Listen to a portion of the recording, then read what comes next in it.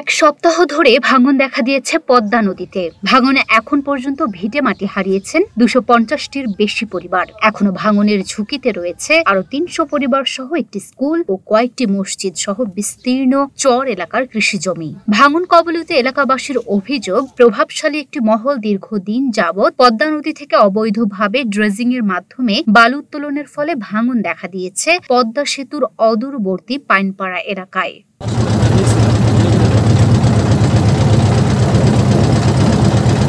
শনিবার সকালে শরীয়তপুরের জাজিরা উপজেলার পূর্ব নাওডোবা ইউনিয়নের পাইনপাড়া এলাকায় গিয়ে এমন তথ্য পাওয়া যায়। স্থানীয় ও পানি উন্নয়ন বোর্ড সূত্রে জানা যায়, জাজিরা উপজেলার পূর্ব নাওডোবা ইউনিয়নে পদ্মা সেতুর 500 মিটার ভাটিতে পাইনপাড়া এলাকার মাঝিকান্দি ও আহম্মদ মাদবরকান্দি গ্রাম নামে একটি চরের অবস্থান।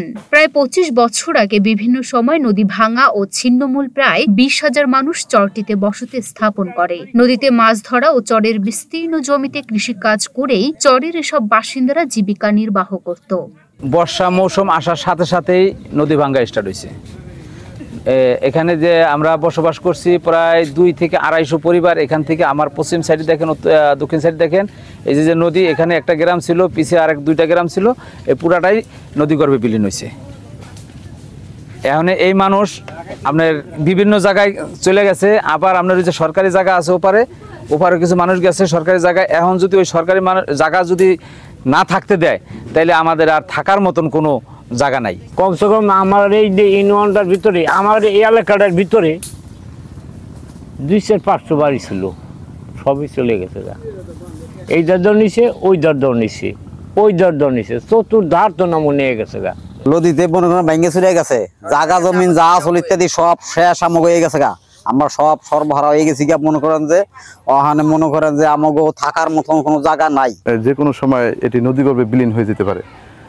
এখানে এই বাচ্চারা এবং আমরা এই সকলে আতঙ্কে থাকি এবং এলাকাবাসীও আতঙ্কে, যার জন্য এই পরিস্থিতি কোন দিকে যাচ্ছে আসলে আমরা বুঝতে পারছি না।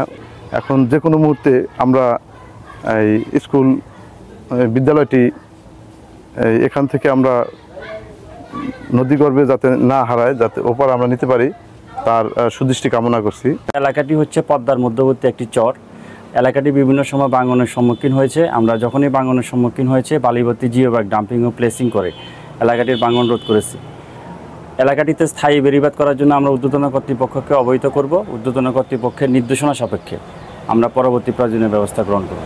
শরীয়তপুরের অতিরিক্ত জেলা প্রশাসক সাইফুদ্দিন গিয়াস বলেন, পদ্মা নদী থেকে বালু উত্তোলনের জন্য কাউকে লাইসেন্স প্রদান করা হয়নি। এরপরও একটি কুচক্রী মহল রাতের আধারে নদী থেকে বালু উত্তোলন করে বিক্রি করত। বালু উত্তোলনকারী মহলের বিরুদ্ধে জাজিরা উপজেলা প্রশাসন একাধিকবার অভিযান পরিচালনা করে তাদের বিরুদ্ধে নিয়মিত মামলাও রুজু করেছে। পদ্মার ভাঙন রোধে পানি উন্নয়ন বোর্ড জিও ব্যাগ ফেলা সহ প্রয়োজনীয় ব্যবস্থা গ্রহণ করবেন। লুনা আফরোজ নিপা, ঢাকা পোস্ট।